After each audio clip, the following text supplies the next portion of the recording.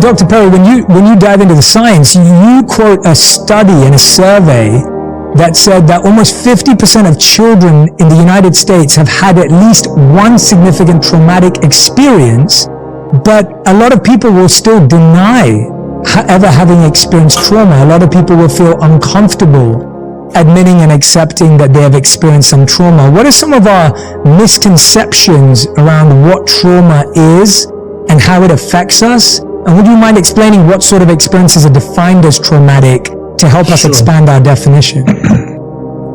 So most of us first heard the concept of sort of trauma as we're talking about it now in context of post-traumatic stress disorder and combat veterans. And so even within our field in psychiatry, the majority of people who studied trauma and looked at trauma were looking at the effects of these horrific events, exposure to combat, death of a soldier next to you, as the thing to understand around trauma. But over time, people like me who were studying the stress response systems in animal models were very well aware that it's not necessarily these big traumatic events that are easily identified by everybody as a trauma that will lead to the changes in the brain that cause the problems.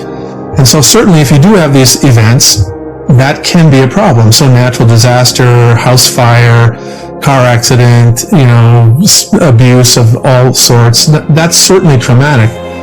But probably the most important thing, and I think the thing that's impacting more children and adults than anything else, are experiences that are patterns of stress activation where you have no control over the experience, it's not predictable, and it's prolonged, it's ongoing. And I think to some degree, the experiences of the last year are an example for many people of a prolonged set of uncontrollable and unpredictable stressors. And we've all felt sort of our baseline level of tolerance is going down. We're a little bit more tired. We can handle situations a little bit less. And so what we've been studying is the combination of these experiences where you are not in control of your life. And it may be a child who's living in a domestic violence environment where he or she is not the direct target of all of this stuff, but there's so much unpredictability about when the fighting is going to happen. And there's so much unpredictability about whether mom is going to be in a good mood today or a bad mood, or dad's going to be angry or not angry. And that can lead to these physiological changes that increase your risk for physical health problems, mental health problems, and learning problems. And so that's kind of where we're moving in the field, is this recognition that you don't just have to have some sort of capital T trauma in your life to be impacted by trauma. And in fact, if you are a minority in a majority culture, you're going to get all kinds of experiences where you're getting these relational interactions that are sending the signal that you don't belong, which will activate your stress response, which can over time accumulate and influence your physical and mental health. We can believe things at our core, but are we acting at them on our core? Are we acting on them? Are we actually taking action? Are we actually becoming activated and making change or trying to make change? When we are believing, making things happen, actually attract resources. So focusing on resources at the get-go isn't necessarily what you need. What we need to do is focus on the authenticity of what we're trying to achieve. Vani, we always have doubt whether our opinion matters or not, and sometimes we think that our social status might hinder us from making change. How do we overcome this? Vani, great point. Let's take a look at the case from Malala. Social change is different from business. In business, our social status matters. In business, our achievements matter. In business, our grades matter, right? But social change is about authenticity and genuineness and the true belief in a cause. If you look at anyone having massive change today in those spaces, they may be coming from business and making change. That's awesome, right? They've already established themselves in another industry and now they're bringing that to something that they care about. But if you look at grassroots level change in any area, it's coming from people who don't have degrees in that area, who don't have a background in that area, who haven't made money in that area, but they care about it. And that's why an authentic program of change, not just speaking about stuff, not just writing about stuff, but actually creating small groups of change, small pockets of change, activating individuals to start making a difference, that's something that everyone can connect with. That's something that attracts attention. So when you're doubting your opinion or whether your opinion matters, recognize you're probably right. Most of our opinions don't matter. Everyone has an opinion. If I share something about Standing Rock today, so many people around us will have an opinion. But the key is how many people are turning that opinion into action. So it's true, our opinion may not matter, but as soon as we start turning that opinion into genuine and authentic action, that will attract interest from the right people. When you were talking about the stories we tell ourselves, I think that's so important, because there's a great study that I talk about in the book by Amy Wrzesniewski from the Yale University. And what they found is that they tried to find a career that they felt people may find not sharing a positive story around. And they found that hospital cleaners or hospital workers potentially have one of the toughest jobs. And Rangan, you're a doctor, and I'm sure you've seen people having to do that work, and it's a tough job. And so they asked hospital workers how they defined their jobs. And the majority of them defined it as low skilled, defined it as, insignificant, defined it as just a way to pay the bills, and that their job wasn't useful or their job wasn't important, and their role was basically described like the personnel manual. But then they asked another set of hospital workers, the same people who did the same jobs, different people who did the same jobs, and they said, how do you feel about your jobs? And these people had completely different views. They felt they were healers. They felt they were caretakers. They felt that they were able to transform the energy of the actual hospital. They felt that they were carers for the people there. And what they found is that these different people who did the same job were telling themselves a different story, and therefore they saw their role as integral to the healing of the patient. And because they saw their role as integral to the healing of the patient, they found the work that they did to be extremely meaningful. And that's crazy to think about it, that different people doing the same job could say different things about the same work. They're doing the same exact thing daily, but someone thinks it's meaningless and the other thinks it's so meaningful. And this was a term by Yale that was called job crafting. The ability to assign meaning where you see it, and all of a sudden your life becomes meaningful. So if you're sitting in a job right now that you hate, or if you've got a boss that you really don't like, or if you're in a relationship that you don't want to be in, if you can't leave for whatever reason right now because of COVID or lockdown or whatever it is, financial difficulties, if you can't leave and you really want to, one of the things I recommend you do is called job crafting. So you start asking yourself, where can I find meaning in this? What can I learn? What can I adopt? What is this trying to teach me? And that's actually where gratitude can be applied to every place, because you start going, there is some value in this. I remember when I wanted to leave my corporate job and I wanted to live my passion and do what I do today. But I'm so grateful I was at my corporate job, because I learned so much there that is so useful to me now. And we find it very easy to be grateful when things are going our way, but we find it very difficult to be grateful when things are not going our way. But what we have to learn to realize, which is a really hard lesson to realize, is that things are always going your way if you're moving in the right direction. Things are not going to always look like they're going your way, and they could still be going your way. We've all seen curses turn into gifts and gifts turn into curses, but the problem is, and this is the challenge, we have a projector up here of what we want life to look like. And then we have the reality of what life actually looks like. So there's this big discrepancy. And so sometimes you're actually going in the right direction, but because it doesn't look like your picture and your image of what it should look like, you work less, you become lazier, you become complacent, you try less harder, but this doesn't look like the right direction. But you get to where you want in life, just not in the way you imagined it, if you keep going, if you keep pushing, if you keep learning. And that's what it means to be grateful in all areas of your life, is trying to, even in the toughest moment, even in a challenging situation, not gratitude like, oh, I'm so thankful to you for causing me the pain, That's not what I'm talking about. What I'm talking about is saying to yourself, where is there meaning in this?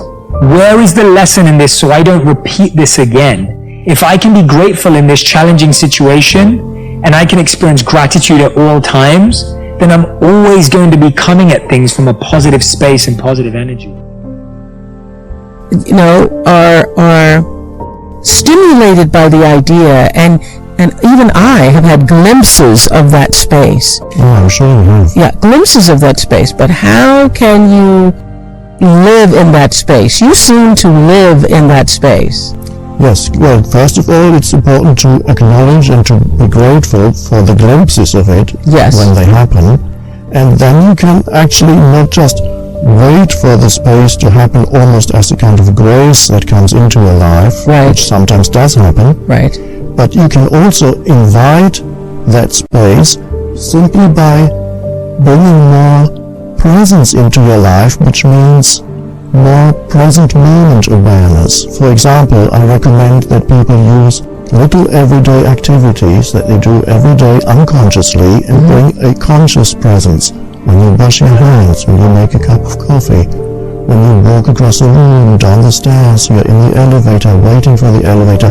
These are all opportunities for, instead of indulging in thinking, being there as an still alert presence. Yes, like a lot of people, take showers in the morning. They're taking a shower, but they might as well already be in the office because they're thinking about, getting in their car and what am I going to do today and That's right. what is my to-do list? Yes. Instead of being present in the shower, feeling the water, the essence of the water, the moment, whatever. That's right. So it's bringing little spaces into your everyday life, as many spaces as possible. I say, for example, when you get into your car, shut the door and be there for just half a minute. Feel your breathing, perhaps feel the energy inside your body. Look around, sky, the trees. All it takes is half a minute. And the mind might tell you, I don't have time. Yes. That's the mind talking to you. But I would suggest that even the busiest person has time for 30 seconds of space. When they sit in their car, for example, or many other occasions. Well, I will have to tell you that I think, it was the year 2000 I first read this book, and many, many, many times this book has saved me. I mean, the theories in The Power of Now have saved me, and today, as a matter of fact, I had, one of the most hectic days, but I remember waking up this morning thinking, oh my God, I'm going to be so stressed, I'm going to be so stressed. I let that go, I let those thoughts go, and just thought, I will just, for every moment of the day, be present now. Yes, that's a continuous refocusing on what really matters, what matters most in anybody's life, which is always now, the present moment. People don't realize it, that's all there ever is. There is no past or future except as memory or anticipation in your mind. But that's what throws me, though, in the book when you say there's no past. Of course, there has to be a past because there are all of our memories. There are all these ways we defined ourselves. That's our past. Yes, on one level you could say nobody can argue with the fact that there is such a thing as time, there is such a thing as future. Of course, we use time to meet here. We agreed on this particular time. We said we are going to meet on this day at that time. Otherwise, it would have been difficult. We might never have met. That's right. And you are hard to find in all the different countries. I'm talking to Eckhart Tolle, author of Power of Now. But we agreed on this time, and we are here because this is now. That's right. So time, then, is something that we cannot do without. We could even say time is what dominates this entire life that we experience here, because this illusionary plane that we're on. That's right. I call it the surface level of reality. Is completely dominated by time, which is the past and future in the continuous stream. And people look to time very often for expecting that time will eventually fulfill them. Time will eventually give them what they need. Time will eventually give them happiness. And sometimes, of course, it does for a while, but essentially, the true happiness you cannot find by looking into the future, because it is intrinsically one with living deeply in the present moment. So it has been said that two ways of being unhappy, one is not getting what you want and the other is getting what you want. Right. Because if you think this, that or the other is going to make me happy, even when you get it and you haven't realized that the present moment is all you ever have, you will again be focusing on the next moment and always expecting, because it's a mental pattern that is very deep-seated, always expecting something in the next moment, never being fully in this moment. Well, another thing that changed me when I read The Power of Now over 7 years ago was your comments about the fact that all of our stresses, every stress that you have is based upon, for the most part, thinking about what happened in the past or what should be happening in the future.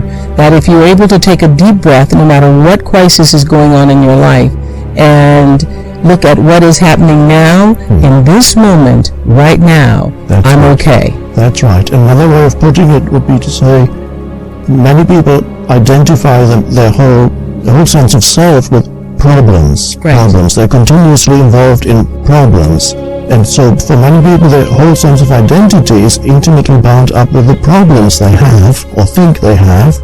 And often, just as a reality test, I tell people, just a moment, I say, what problem do you actually have at this moment? Just focus, see what the problem you have at this, not in an hour's time or tomorrow morning, but what problem do you have now? And sometimes people will suddenly wake up when they hear that question, because they have to realize, at this moment, I don't actually have a problem. What you might have is a challenge. If a danger arises, a wild animal jumps into this room, that's a challenge, and then of course it's not a problem because there's no time to make it into a problem. Problem to exist, you need time and you need mind activity, repetitive mind activity. In the present moment, there may be a challenge, that is true. There may even be pain, there may be an emotion, but not what we call problem. So when people think, how do I get out of my problems?